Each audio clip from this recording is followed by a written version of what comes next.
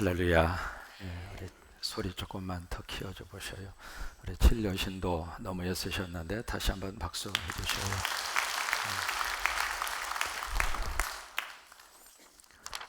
고구마칩 세 봉지 10,000원, 꿀 한 개 15,000원, 용과 뭐냐고 물어봤더니 과일 말린 거래요. 두 봉지 5,000원, 맛있대요. 캐슈넛 땅콩 종류인데 한 봉지 5,000원.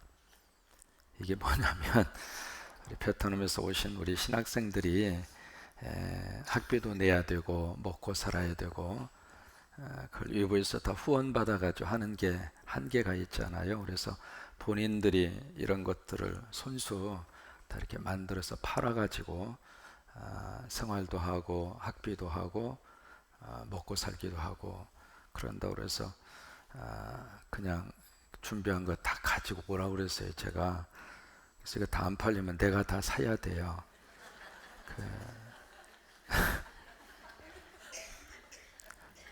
학생들이 신학교 와서 공부하고 먹고 살겠다고 스스로가 이렇게 준비해서 했다고 하는 것이 마음이 이렇게 감동이 돼서 여러분에게 가부도 안 먹고 뭐 당회, 재직회 통과 안 하고 감동이 돼서 좀 가지고 오라고 그랬습니다.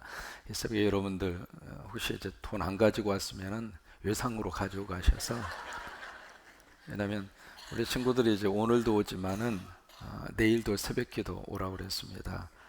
어제 좀 제가 들어보니까 새벽기도 참석하고 우리 친구 중에 혼자 일어나서 새벽기도 하는 친구가 나왔다고 하는 이야기를 들었어요. 참 감사하다 그 생각이 들었어요.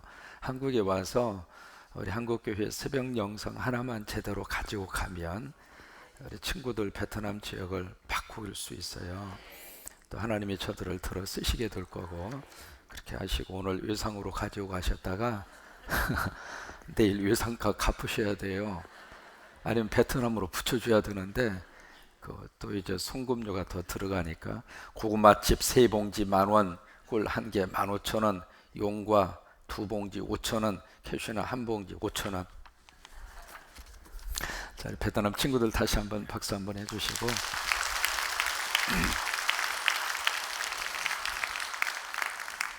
인사성도 밝어. 이제 일어나서 인사하잖아요. 내일 올 때는 베트남 전통 복장 입고 오세요. 윤 목사님, 네, 입고 오셔서 내일 새벽에 특송 좀 부탁을 해요.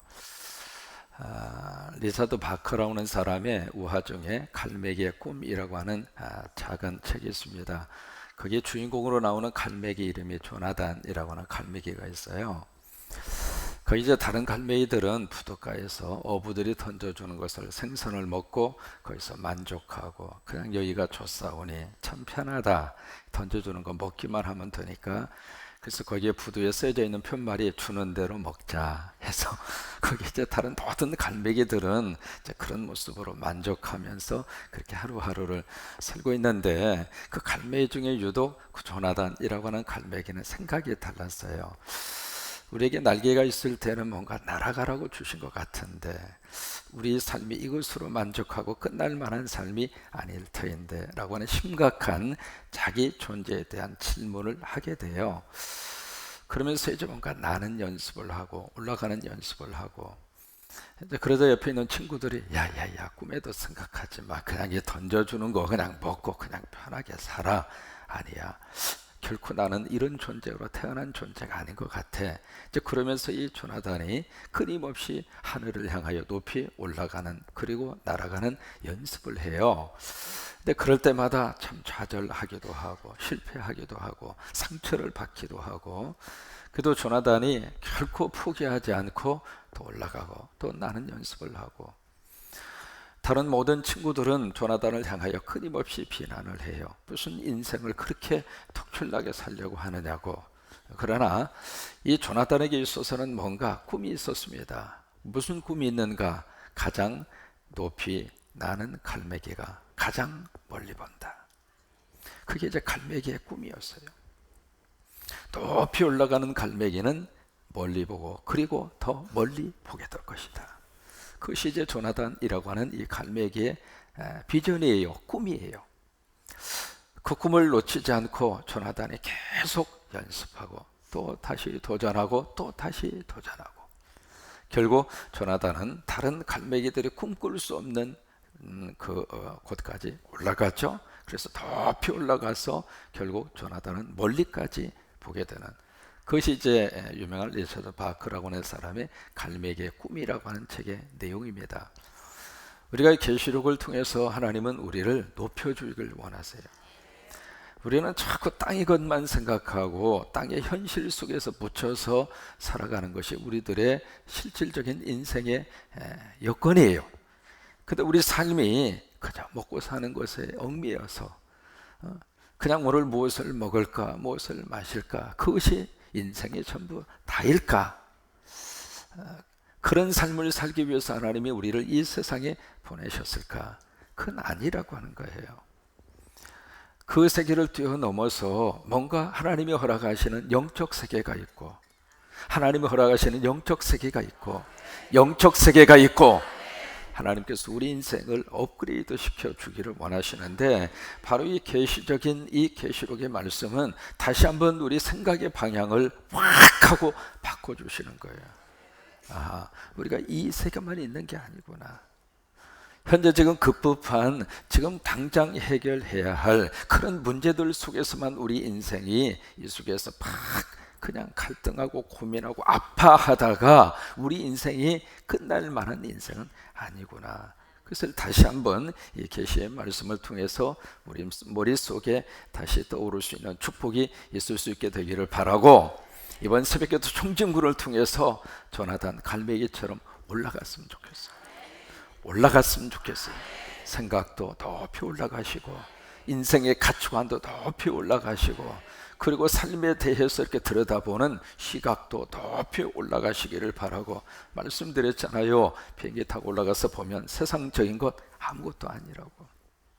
아파트 평수 그게 무슨 대수입니까? 그냥 가서 누워있다 일어나면 끝나는 거예요. 집이 크면은요 참 좋긴 하지만은, 그러나 청소하려면 뼈 빠져요. 그게 대수로운 겁니까? 거기다가 구색에 맞추려면은요 이것도 갖다 놔도 저것도 갖다 놔도. 제가 한국 오자마자 저는 살림방 원룸 꼭대기층에 살았다고 말씀드렸잖아요. 그 꼭대기층에 살면서 느낀 게 참 많아요. 이게 청소할 때 참 편해요. 걸레 가지고 두어 번 왔다 가면 청소 끝. 이게 생각의 높이를 높이 올라가서 들여다보면 무슨 차를 타고 다니는 게 그게 무슨 대수입니까?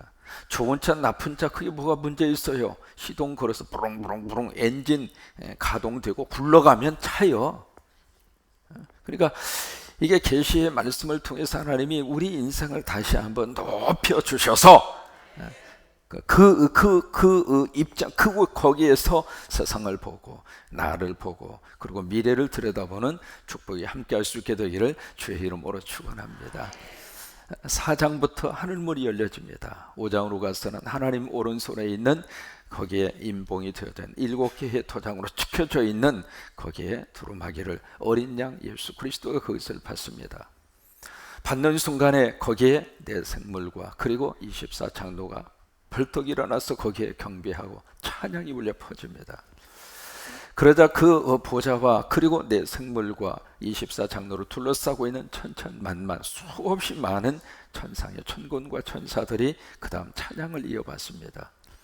세 번째는 이 땅과 땅 위와 그리고 하늘과 땅과 하늘 그리고 땅 밑과 그리고 바다 밑에 있는 모든 이 세상의 피조물들이 하나님 앞에 아름다운 찬양의 합창 소리가 울려 퍼집니다.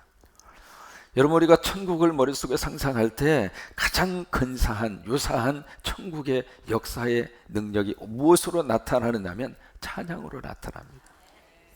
우리 베트남 친구나 우리 한국 사람이나 예수 믿는 모든 성도들이 피부 색깔을 떠나서 민족의 장벽을 떠나서 빈부격차를 떠나서 하나님을 찬양하는 그 찬양하는 순간에 거기가 천국이라 이 말이에요. 그래서 여러분, 찬양의 영성이 풍성할수록 우리 삶이 풍성해져요. 그래서 여러분 입술에 찬양이 떠나지 않았으면 좋겠고, 그리고 찬양하는 숫자는 많으면 많을수록 좋은 거예요. 그러면서 드디어 6장으로 넘어오면서 이제부터는 너무 우리가 마음과 신경을 쓰면서 봐야 할 사건의 역사가 지금부터 시작이 됩니다. 여기 6장으로 보시면은 여기에 보매 1절에 보시면 보매라고 하는 단어로 시작하잖아요. 근데 이것이 이 패턴이 6장 계속 반복되는 그런 패턴이에요. 내가 보니 오라 음성을 들어요. 그 다음에 2절에 보시면 내가 보니, 그 다음에 3절에 보시면 내가 들으니 오라, 그리고 나서 5절에 보시면 내가 들으니 그 다음에 오라, 그 다음에 내가 보니. 이게 무슨 말이냐면 지금 이제 요한이 보고 있는 거예요. 지금 뭘 보고 있어요? 예수님이 거기에 7개 도장이 찍혀져 있는 거기에 지금 비밀의 판도라 상자가 열리는 거란 말이에요. 그 열릴 때마다 음성이 들리는 거예요. 와라. 여기 이제 첫 번째에 인을 뗐을 때는 누군가가 내 생물 중에 한 생물이 오라 라고 하는 음성으로 그렇게 표현이 되어져 있잖아요. 그러니까 영어로 말하면 come 그러니까 오라, 그러니까 뭔가가 딱 등장을 하는 거예요. 등장을 하는데 첫 번째 등장하는 것이 흰말이에요. 하얀색 말이 등장. 근데 말만 오는 것이 아니라 그 말 위에 누군가가 지금 타고 있습니다. 타고 있는데 그 타고 있는 그분이 손에 뭔가 들고 있어요. 뭘 들고 있어요? 활을 들고 있어요. 그리고 머리에는 면류관을 쓰고 있어요. 근데 이 흰말을 타신 이분이 가는 곳마다 이기고 또 이기고 이기더라. 그게 첫 번째 장면입니다. 자, 보세요. 이제부터 계시록이 얼마나 힘든 성경인가, 얼마나 많은 오해를 낳게 하는 성경인가 라고 하는 것을 단적으로 보여주는, 왜? 이 6장부터는 아주 해석이 필요합니다.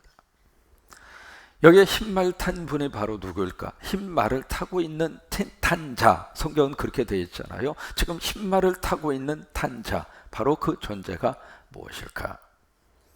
극단적으로 두 가지로 해석을 합니다. 첫째로 여기에 흰말을 탄 분은 그리스도이다. 예수님이 흰말을 타고 오셨다. 왜냐하면 흰색이라고 하는 것은 승리의 색깔이고, 흰색이라고 하는 것은 뭔가 이렇게 정결함의 그런 색깔이고, 그래서 어떤 승리의 색깔을 의미하는 흰말을 타신 그분은 그리스도이다. 그리스도이기 때문에 면류관을 쓰신 분이고, 그래서 면류관을 쓰신 그리스도가 거기에 심판으로 상징하는 활을 들었기 때문에 이 예수님이 가는 장소마다 이기고 또 이기고 이기셨다. 그렇게 해석을 합니다. 그 다음에 두 번째, 정반대의 해석이 나옵니다. 여기 흰말을 탄 자는 적그리스도라고 해석합니다. 그러면 똑같은 성경 본문을 보고 어디서는 적그리스도, 어디서는 예수 그리스도, 어느 게 맞아요? 혼동이 오죠? 혼돈이 안 와요? 이게 왜 그러냐면 계시록 19장으로 가서 보시면은요, 두 가지가 똑같이 나옵니다. 이게 여기 19장 11절에 보시면 거기에 백마 탄 그리스도가 나옵니다. 그러니까 백마 타고 오시는 분이 나와요. 근데 그분 손에 의와 충실, 그래서 그게 이제 예수 그리스도를 의미하고 있는데, 그 다음에 14절로 가서 보시면, 19장 14절로 가서 보시면 하늘의 군대가 나옵니다. 하늘의 군대에 거기에 군인들이 백마를 타고 나와요. 근데 그들이 흰 옷을 입고 있습니다. 그러니까 지금 계시록 안에서도 이 백마 탄 분에 대한 해석을 이렇게도 할 수 있고 저렇게도 할 수 있다고 하는 거예요. 그러면 과연 어느 쪽 해석이 정답일까? 그래서 계시록을 어느 각도에서 바라보고 어떻게 해석하느냐에 따라서 이렇게 나올 수도 있고 저렇게 나올 수도 있고, 시중에 수없이 많은 계시록 강해집이 나와져 있습니다. 그리고 계시록을 다루는 목사님들마다 어느 각도에서 이것을 해석해 나갈 것인가 라고 하는 것도 각자 목사님마다 이렇게도 저렇게도 약간의 그런 차이점들이 굉장히 많이 나타나요. 지금 제가 해석하는 것도 100% 맞다 그렇게 말할 수는 없습니다. 그러나 100% 틀렸다 그렇게 말할 수도 없는 거예요. 저는 이 본문을 이렇게 접근하고 싶어요. 뭐냐면 여기에 흰말을 타고 탄 자, 과연 성경이 계시록 안에서는 이 흰말 탄 자에 대한 존재를 정확하게 예수님이다, 적그리스도다 라고 해석할 수 있는 근거가 계시록 안에서는 없어요. 그럼 이것을 어떻게 우리가 받아들일까? 여기서 우리가 성경을 바라보는 각도가 필요하다 이 말이에요. 하나님이 열어주시는 것만큼만 알자 이 말이에요. 성경이 흰말 탄 자가 누구라고 하는 것을 정확하게 말씀하지 않고 있을 때에는 흰말 탄 자라고 하는 존재를 하나님께서 이 세상 마지막 때 허락하시는구나, 그리고 지나가도 괜찮다 이 말이에요. 근데 그것을 억지로 해석하기 시작하잖아요. 억지로 그것을 뭔가 풀려고 하려 하면은 거기서 뭐가 나오는가? 이상한 해석이 자꾸 나오는 거예요. 그래서 여기 흰말 탄 자라고 하는 존재를 정확하게 이분이 그리스도다, 바로 이 존재가 저 그리스도다라고 해석할 수 있는 근거가 성서적으로 그렇게 찾을 수 있는 근거가 그렇게 명확하지가 않아요. 어제도 말씀드렸죠. 하나님이 열어주시는 것만큼만 알고 살아야 축복이에요. 하나님이 감추어 두신 것은 그냥 하나님에게 맡겨드려야 축복이에요.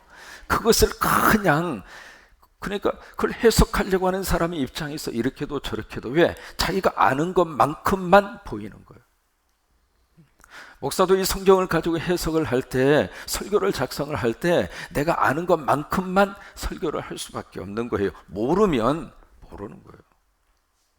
근데 몰라야 되는 것을 자기가 아는 것처럼 막 그것을 꺼내놓고 해석을 시도하기 시작하면은 그 나중에는 본래 하나님이 말씀하시려고 하셨던 말씀의 내용에서 너무 이상한 방향으로 흘러갈 수 있는 가능성이 많다고 하는 거예요.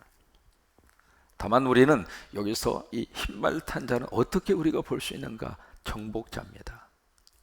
정복자. 왜? 그것을 우리가 어디서 알 수 있는가? 이게 활이라고 하는 것은 도구잖아요.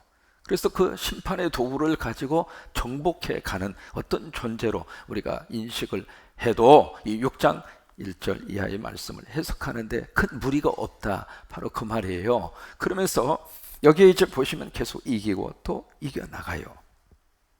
이게 바로 뭔가? 바로 전쟁의 시작입니다. 자, 3절로 가보세요. 두 번째 이제 인이 열립니다. 두 번째 것이 열리면서 이제 두 번째 생물이 나오는데 이번에는 붉은 말을 탄, 그래서 붉은 말을 탄 자가 나타나게 됩니다. 근데 이 붉은 말을 탄 자는 뭘 가지고 있느냐면 칼을 가지고 있어요. 칼을 가지고 있는데 선포하는 그 음성이 아주 우리를 섬찟하게 합니다. 이 땅에 평화가 사라질 것이다. 그게 이제 선포하는 메시지예요. 그러니까 여기에 흰말 탄 자가 나와서 정복이 시작이 된 거예요. 그래서 이기고 이기더라. 그 이야기는 뭔가 전쟁을 통해서 지금 계속 이기고 있는 거예요. 근데 그것이 하나의 국제적인 전쟁의 싸움의 시작이라면, 두 번째 붉은 말을 탄 자가 나타나서는 전면적으로 확산되더라 이 말이에요.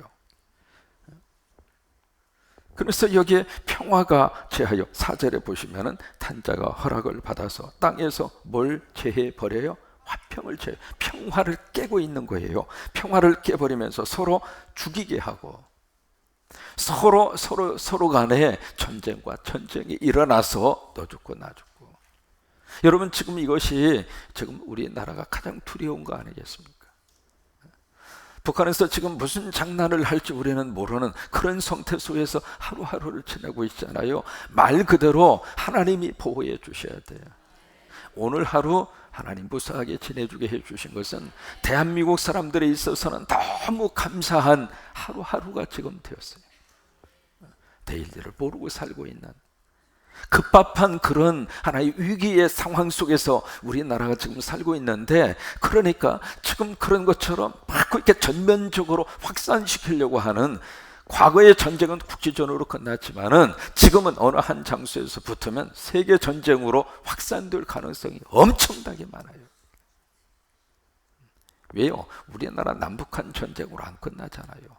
개입되는 강대국이 여기저기서 개입을 할 거 아니겠습니까? 그러면 그들이 가지고 있는 최고의 무기가 핵무기인데, 그 핵이라고 하는 것은 여기만 죽이고 끝나는 게 아니란 말이죠. 한번 그 터뜨리면 다 끝나는 거예요. 지금은 어디로 도망을 가고 어디로 피난 가고 그럴 필요도 없어요. 왜? 그 자리에서 기도하면서 하나님 만나야지. 어디로 도망가 봤자 어디로 도망갑니까? 지금 붉은 말을 탄 자가 지금 그런 모습으로 지금 우리 머릿속에 기억이 된다 이 말이죠. 그래서 이것이 완전히 전면적인 양상을 띌 정도로 이게 전쟁이 확산되어져 가는 그런 모습으로 우리가 이해가 돼요. 그래서 5절에 보세요. 이제 세 번째 여기에 생물이 등장을 합니다. 이제는 검은 말이 등장을 해요. 근데 검은 말이 등장했는데 그 검은 말의 손에는 지금 뭘 가지고 있어요? 저울을 가지고 있습니다. 이 저울을 가지고 있는데 그 다음에 6절에 보시면은 거기서 음성이 들립니다. 한 데나리온의 밀 한 되고 한 데나리온의 보리가 석대로다. 이게 무슨 얘기냐면 한 데나리온은 노동자 하루 일일 그 임금이에요. 그러니까 노동자가 하루 일을 해서 벌을 수 있는 돈이라 그 말이에요. 그러니까 하루 벌어 가지고 얼마 정도 살 수 있느냐면 밀 한 대박을 살 수 있고 보리는 석대를 살 수 있다 그 말이에요. 그런데 일반적으로 노동자가 하루를 일을 해서 살 수 있는 그 음식의 양이 보리가 12대예요. 12대를 사야 그게 정상적인 경제 행위라 그 말이에요. 그런데 이게 하루 열심히 싹 빠지게 일을 해서 겨우 얻을 수 있는 식량이 보리 석대밖에 안 되더라 그 말이에요. 이게 무슨 얘기냐면 경제적으로 지금 큰 공황이 온다 이 말이에요. 경제적으로 어려운 그런 시절을 만나게 될 것이다 라고 하는 바로 그거예요. 그래서 경제적으로 막 휘청거리고 이 경제라고 하는 것이 계속 잘 나가는 것 같아도 이게 자꾸 사이클이 있잖아요. 근데 그런 경제적으로 너무 힘든 그런 공황, 경제 대공황과 같은 그런 상태의 세상이 오리라고 하는 것을 여기서 말씀을 해주시고 있는 거죠. 그 다음에 이제 네 번째 생물이 나타나게 됩니다. 이제는 무슨 말이 나와요? 청황색말. 여기에 청황색말, 이것을 영어 모델 보시면 fail이라고 하는 단어를 씁니다. 이것이 바로 뭐냐면 핏기가 없다 그 말이에요. 그러니까 핏기가 없는 말이 이렇게 등장을 하는 거예요. 근데 그 말은 그 다음에 보시면은 그 탄자의 이름이 뭐라고 그랬어요? 사망이에요. 이름 자체가 죽음이라 그 말이에요. 그리고 그 뒤에는 뭐가 지금 따라와요? 음부라고 하는 것은 지옥이라고 하는 뜻이에요. 지옥이 지금 따라오고 있다 그 말이에요. 그러면서 바로 그들이 땅 4분의 1의 권세를 얻어서, 검이라고 하는 것은 전쟁입니다. 전쟁과 그 다음에 흉년은 기근이잖아요. 기근과 사망, 질병, 그리고 땅의 짐승, 들짐승, 들짐승, 바로 그들을 통해서 땅의 4분의 1이 멸망할 거예요. 그러니까 여기 네 가지입니다. 전쟁, 기근, 질병, 그리고 들짐승. 이 네 가지를 통해서 땅의 4분의 1이 바로 멸할 수 있는 권세를 이 네 가지 것이 가지더라 이 말이에요. 자, 그 다음에 이제 다섯 번째 인을 떼면서 순교자들이 막 탄원을 합니다. 제단 밑에서 뭐라고 막 하나님 앞에 간구하느냐면, 하나님 어느 때까지 이러지? 어느 때까지 이런 고통과 환난과 아픔의 시절을 허락하실 것입니까? 막 고통스럽게 막 하나님 앞에 탄원을 해요. 간구를 하는 거죠. 그러니까 하나님의 음성이 그 수가 차기까지다. 그 수가. 그러면서 이제 여섯 번째 인이 열려지게 돼요. 여섯 번째 인이 열려지면서 그때부터 이 땅에 마태 24장에서 말씀하시고 있는 마지막 종말 시대에 나타나는 모든 현상들이 이 땅에 벌어지게 될 것이다. 그래서 계시록 7장으로 보시면은 거기에 그 숫자가 바로 14만 4천 명이다. 그렇게 말씀이 이어가고, 그리고 나서 그 다음으로 가서 일곱 번째 인을 떼요. 일곱 번째 인을 딱 떼면서 그 다음에 나팔 저기로 팍 바뀌어져요, 장면이. 자, 저를 보세요. 이게 지금 앞으로 하나님께서 이 땅에 마지막에 일어나게 될 세상에 대한 이 인류 역사의 모습이 지금 파노라마처럼 말씀하시고 있네요. 처음에 흰말 탄자가 나타납니다. 그래서 싸움이 시작이 됩니다. 한번 머릿속에 한번 그려보세요. 그래서 국지전이 일어납니다. 그것으로 끝나지 않고 그것이 점점 확대가 되더니 붉은 말 탄자가 나타납니다. 그에게는 큰 칼을 들었습니다. 이제는 전쟁이 한 곳에서 끝나지 않습니다. 여기저기에 전면전이 막 발생을 하기 시작합니다. 그런 상태로 이 세상이 바뀌어지다 보니까 이제는 먹고 사는 문제가 너무 어렵습니다. 경제적으로 큰 블랙홀에 빠지게 되는. 그래서 이것이 하루 동안 열심히 일을 해서 어느 정도 소득이 있어야 사람이 먹고 사는데, 가진 자는 많이 가지고 없는 자는 없고. 그래서 이 일반 모든 사람들이 이 경제적인 문제에 있어서 너무 심각할 정도로, 그 다음에 네 번째, 핏기 없는 말이 딱 나타나면서 결국 그는 죽음으로 몰고 가는.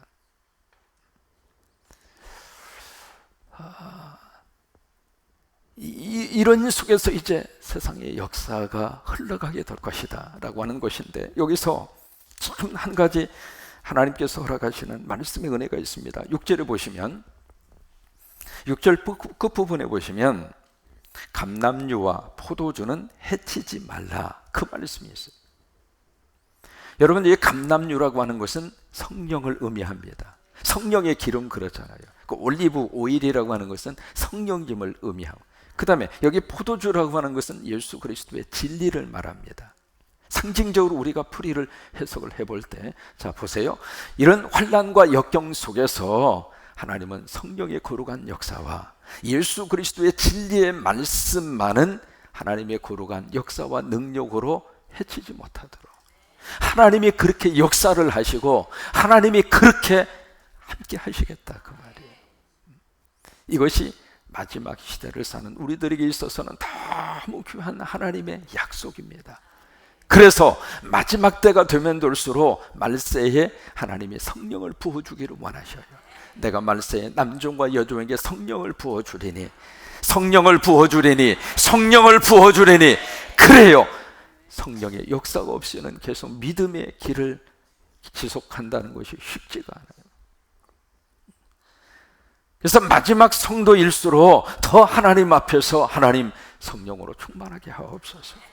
우리 베트남 친구들 하나님이 성령으로 충만하게 부어주셔서 그대들이 가는 곳에 하나님이 함께 하셔야 되는데, 어떻게 하나님이 함께 하시는가? 성령으로 함께 하셔야, 성령으로 함께 하셔야. 그러니까 성령으로 충만해야 신학 이후에 하나님의 사역의 현장에서 하나님 앞에 쓰임받는 하나님의 종들이 될 수 있다고 하는 거예요. 그것은 해치지 못하도록 하나님이 역사하시고 하나님이 붙들어 주시고. 오늘 이 시대의 교회도 그렇습니다. 성령으로 충만한 교회만 하나님이 들어 쓰십니다. 또 포도주가 있는 교회만 하나님이 들어 쓰십니다. 하나님의 진리의 말씀만 있는 교회를 하나님이 마지막 들어 쓰시게 될 것입니다.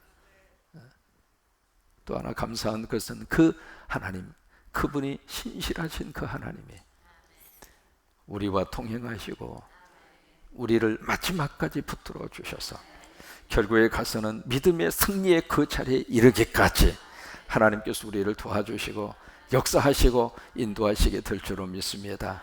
믿으시면 아멘. 다시 한번 정리합니다. 하늘 보좌가 열립니다. 보좌에 계시는 하나님을 만납니다. 그 하나님이 너무 아름다워서 표현할 수 있는 방법이 없습니다. 그러니 요한은 그가 생각하고 있는 보석으로 그를 해석합니다. 벽옥이요, 그 다음에 홍보석이요, 녹보석이요. 그 바로 주변에는 24개의 의자가 있고 그 의자에 24장로, 24장로는 바로 구원받은 하나님의 백성이죠. 구약과 신약에서 구원받은 하나님의 백성, 구원받은 하나님의 백성 여러분 모두는 다 24장로예요. 바로 보호자에 앉으신 하나님 옆에 쫙, 거기에서 놀라운 역사와 찬양이 울려 퍼지잖아요. 그리고 그 보호자 주변에 내 생물이 거기서 운행하고 왔다 갔다 하는 것을 보게 되죠. 그 내 생물은 바로 뭐라고 그랬어요? 천상의 존재로 해석하는 것이 맞다 그랬어요. 그룹이라고 해석하는 것이 맞다고 말씀을 드렸잖아요. 그러면서 이제 그 다음 장면으로 넘어갑니다. 그 오른손에 두루마기가 있는 것을 발견하죠. 안팎으로 뭔가 가득한 뾰족하게 쓰여져 있는, 그런데 7인으로 봉해져 있습니다. 그것을 보는 순간 요한은 저걸 좀 열어봤으면 좋겠는데, 왜? 그게 열려야 땅에 대한 문제를 해결할 수 있으니까. 그게 열려야 지금 너무 환난과 고난 속에 있는 성도들에게 위로가 될 터이니까. 그래서 그것을 열 수 있는 사람이 없다고 하는 것을 깨닫고 통곡하죠. 그때 한 장로가 외칩니다. 다윗의 뿌리, 유다의 뿌리, 유다 지파의 사자 다윗의 뿌리, 어린 양 예수 그리스도가 그것을 열기 합당하다. 그래서 예수님이 그것을 받아요. 받는 순간에 모두가 일어나서 하나님 앞에 찬양으로 막 영광을 돌립니다. 그래서 6장으로 와서 이제 그때부터 이제 인을 떼기 시작하는 거예요. 그래서 이제 비밀의 판도라가 열리는데, 첫 번째 등장한 존재가 흰말 탄 자, 그 다음 두 번째 등장하는 존재가 붉은 말 탄 자, 세 번째 등장하는 존재가 검은 말을 탄 자, 네 번째 등장하는 존재가 청황색, 우리말 번역에는 그렇게 돼 있는데 핏기 없는 말을 탄 자, 그런 식으로 이제 등장을 해요. 첫 번째 흰 말은 정복자로 이해하는 것이 낫다, 그 말씀을 드렸고, 그 다음에 두 번째 붉은 말은 그 정복의 역사가 확산되는, 그 다음에 세 번째 검은 말은 경제적인 문제를 다루고 있는, 그 다음에 네 번째 핏기 없는 그 말은 죽음과 사망으로 이르는. 근데 그 속에서 감람류와 포도주는 해치지 말라.